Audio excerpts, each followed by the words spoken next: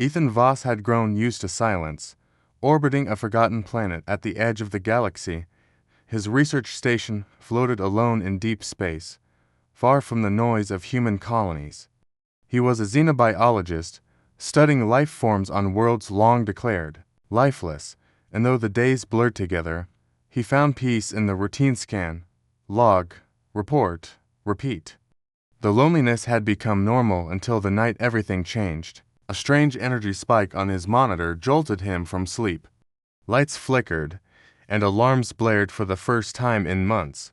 He rushed to the control deck and stared out the reinforced window. A shimmer of blue light formed in space, twisting, like a storm, then burst open to reveal something massive, a ship unlike any human design. It moved silently, dark silver with glowing patterns etched across its surface, like it had grown rather than been built. Ethan's hands trembled as he activated the emergency beacon, but the signal wouldn't go through. Then the lights cut out completely, and only the soft hum of life support remained. A sudden impact shook the station. Something had latched onto the hull. Ethan grabbed a stun rifle and moved quietly through the corridor, his heartbeat echoing. In his ears, he reached the airlock chamber and froze.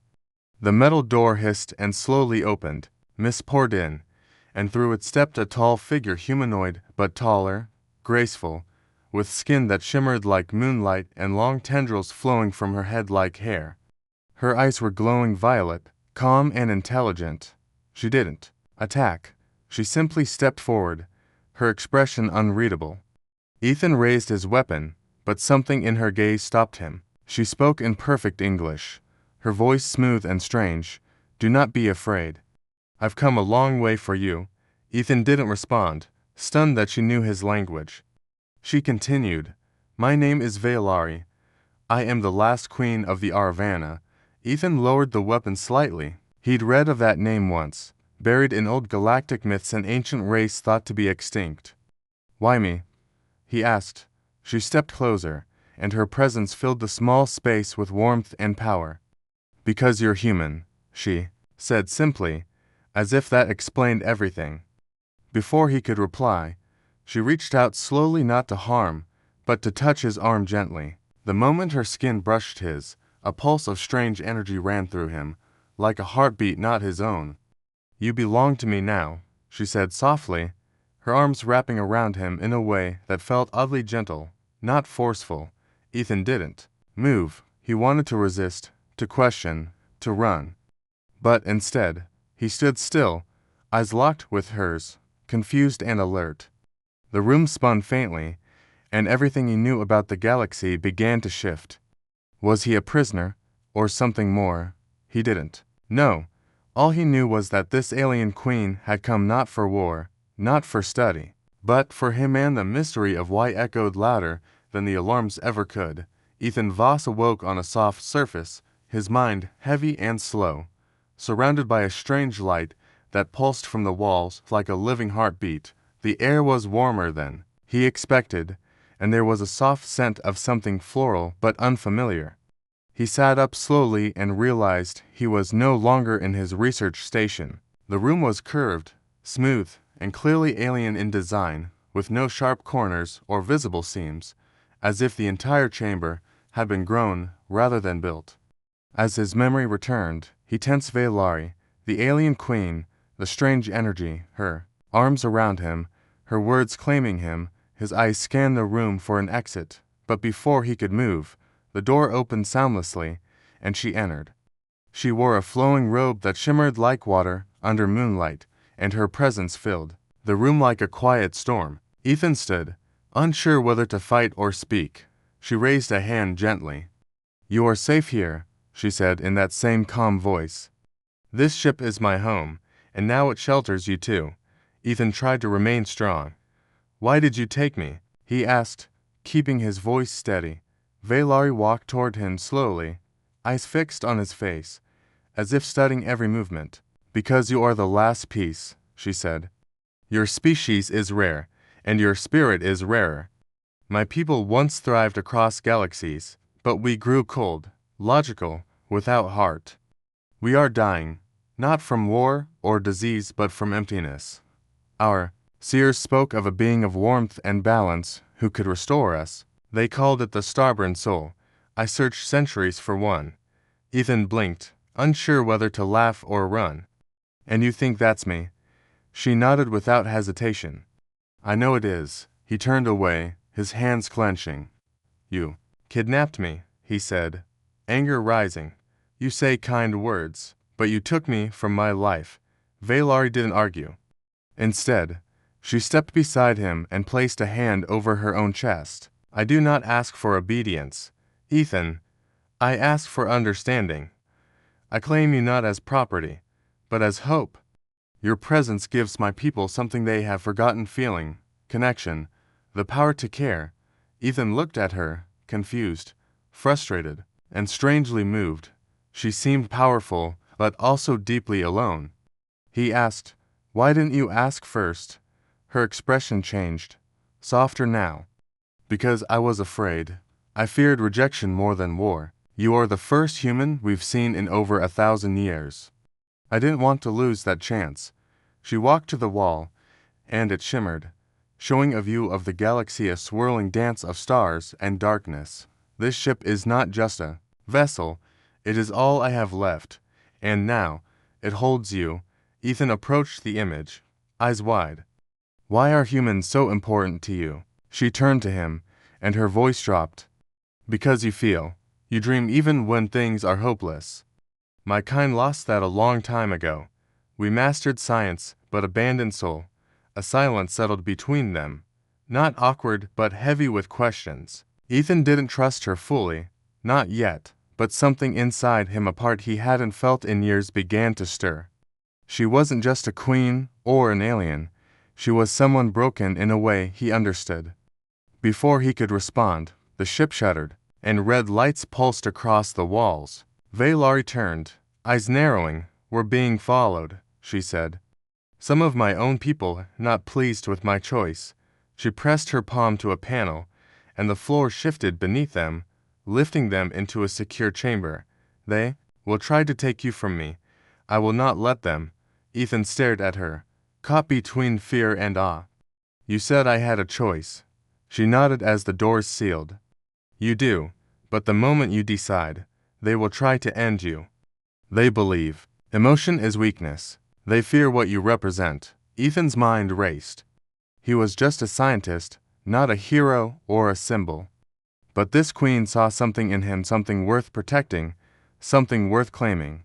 The room dimmed as the ship accelerated, fleeing into deep space. Valari stood beside him, tall and silent, her eyes glowing faintly in the dark. He didn't know what tomorrow held, but he knew the galaxy had changed the moment she said, "You're mine, my human," and perhaps, just perhaps, she wasn't wrong. Ethan stood at the edge of a grand chamber deep within the alien vessel, staring at the glowing symbols carved into the crystal-like walls, each one shifting slowly like ripples on water. Queen. Valari had brought him here, saying it held the memories of her people, records of history, culture, emotion, and the truth behind her search. The room pulsed with energy, and as Ethan stepped inside, the air grew warmer, thicker, almost like it was alive. Valari watched him from the entrance, her face calm, but her eyes carrying something deep and heavy. Ethan placed his hand on one of the glowing panels, and instantly visions rushed into his mind, tall beings walking among stars, civilizations rising and falling, endless silence after wars that tore through space, and the slow, quiet fading of a once great race. They had become cold, logical, perfect in thought, but empty in heart, and one by one, they began to vanish. The last prophecy spoke of a being not from their stars, a creature of chaos and warmth, someone who could bring back the feeling they had lost. Ethan pulled his hand back, breath heavy. Valari stepped forward slowly and said, "Now you understand why I chose you." He turned to her, eyes sharp. "You didn't just choose me. You need me to fix something you broke." She nodded, not denying it. "Yes, but not with force. I thought I needed your blood, your biology. But now I see it is your heart that matters." Ethan didn't know what to say. He felt like a small piece in a giant puzzle, one he didn't ask to be part of. Still, part of him couldn't turn away from her. There was something in her voice, in her presence, that drew him closer. Later, that day, he followed her into the Hall of Silence, where elders once ruled but now only statues remained. She told him stories of her childhood, of being raised in shadows, trained to rule but never allowed to feel. Her parents were cold, her people distant, and even in power. She had been alone. Ethan listened quietly, feeling her words more than hearing them. Then came the ambush. Without warning, a blast rocked the corridor, and masked figures burst through. The wall's rebels, traitors, her own kind, who believed the Queen had gone mad by bringing a human aboard. Valari reacted with speed and grace, pushing Ethan behind her and unleashing a force of light from her palms that crackled through the air. Ethan tried to help, grabbing a weapon from a fallen guard and covering her side. They fought back to back, two completely different beings working as one. When the last rebel fell, Valari dropped to her knees, shaking not from weakness, but from fear. "I almost lost you," she whispered. Ethan crouched beside her and looked into her eyes. "I didn't ask for this, but I'm not walking away." She looked surprised, even touched. "You would stay," he nodded. "Something's happening here, something bigger than both of us, and I want to understand it." That night, as the ship floated silently through deep space, Ethan stood alone on a viewing platform, staring out at the stars. Valari joined him, her expression softer now, her voice low. "I've never trusted anyone before," she admitted. "Not even myself." Ethan glanced at her. "Why me?" She looked at him not as a queen, but as someone tired of pretending to be unbreakable. "Because when I look at you, I see a flame that refuses to die, no matter how dark the world becomes." Ethan said nothing, but in that moment, a bond, formed not of power, not of duty, but of something far older. He still didn't know where this path would lead, but he knew one thing for sure: he wasn't alone anymore, and neither was she. Ethan stood beside Queen Valari in the heart of her ship, feeling the pressure in the air as the Queen's Council of Advisors arrived for an emergency meeting, their tall figures cloaked in robes of shifting silver, their expressions cold and unreadable. They had heard rumors, whispers of a human aboard, whispers of the Queen bonding with a creature believed to be chaotic and dangerous, and now they had come to challenge her leadership. Valari remained calm, her voice steady as she defended her actions, explaining how Ethan had saved her life during the ambush, how his presence had stirred something long lost in their people: emotion, courage, the will to feel again. But her words were met with silence, and then quiet rebellion. A high-ranking noble named Karen stepped forward, accusing her of betrayal, of inviting a threat onto the ship, and demanded that Ethan be handed over to the Empire for judgment. Ethan saw the tension in Valari's face, saw her hand tighten at her side, but she did not waver. She refused to give him up. That night, alarms shattered the silence, and the ship shook violently as sabotage tore through its outer rings. Ethan raced through smoke-filled corridors alongside loyal guards, helping injured crew and trying to reach the control room. Chaos reigned, systems were failing. Someone from within the council had betrayed her. Valari appeared beside him, her once elegant robes torn, her face smeared with dust, but her eyes still burning with fire. "They've taken the inner core," she said, voice low but fierce. "They want the throne and your life." Ethan knew they could run, escape into space and vanish, but Valari refused to leave her people. "This ship is my heart," she said. "If it dies, I die with it." So Ethan stayed. Together they moved through the broken chambers, dodging attacks and reprogramming defenses. At one point, Ethan was cornered by two armored soldiers, and just as they raised their weapons, one of Valari's old allies, a young warrior named Yuna, someone Ethan had once saved from a fire during training drills, stepped out of the shadows and took down the attackers with precise blows. "You helped me once," she told Ethan. "Now I help you." With Juna's help, they reached the throne chamber, where Karen and his followers had seized control. Valari walked in with her head held high, and Ethan followed, not as her prisoner, but as her equal. Karen sneered. You bring the human here like he is royalty. Valari raised her hand. He has more heart than any of you. Karen laughed and activated a hidden weaponosphere of unstable energy taken from Forbidden's tech, capable of destroying the entire ship if triggered. Panic spread. Ethan stepped forward, calm despite the danger, and spoke not with power, but with truth. I didn't ask for this, he said, but I saw what this place can be. You fear what I represent because I feel, because I care. Maybe that's what your people need again. For a moment, the room held its breath. Karen's hand hovered over the trigger, unsure. Then Valari stepped in front of Ethan and faced her enemies. If you kill him, she said, you kill the only hope we have left. Karen hesitated, but before he could act, Yuna and loyal guards stormed the room, overpowering the rebels. The sphere was disarmed, and silence returned. The rebellion had failed. Later, as repairs began and the ship slowly returned to order, Valari stood before her people and declared a new age, one not ruled by fear and logic alone, but by heart and unity. Ethan remained by her side, not as a symbol, but as a partner. He had earned their respect not with weapons, but with honesty and courage. And though the threat had passed, the scars remained, reminding everyone of the cost of change. Still, in the quiet that followed, as stars moved past the windows once more, Ethan felt something deeper than duty. He felt like he finally belonged. The stars outside the ship drifted slowly, like glowing dust across a dark sea, and Ethan stood at the edge of the observation deck, staring at the galaxy he once thought he understood, now changed forever by the journey he had taken and the being who stood beside him, Queen Valari. No longer just a ruler of a fading empire, but that someone who had become more than a figure of power. Someone real. Someone deeply human in ways even she did not understand. The ship had been repaired, the rebellion crushed, and the traitors brought to justice, but peace did not bring certainty, only more questions.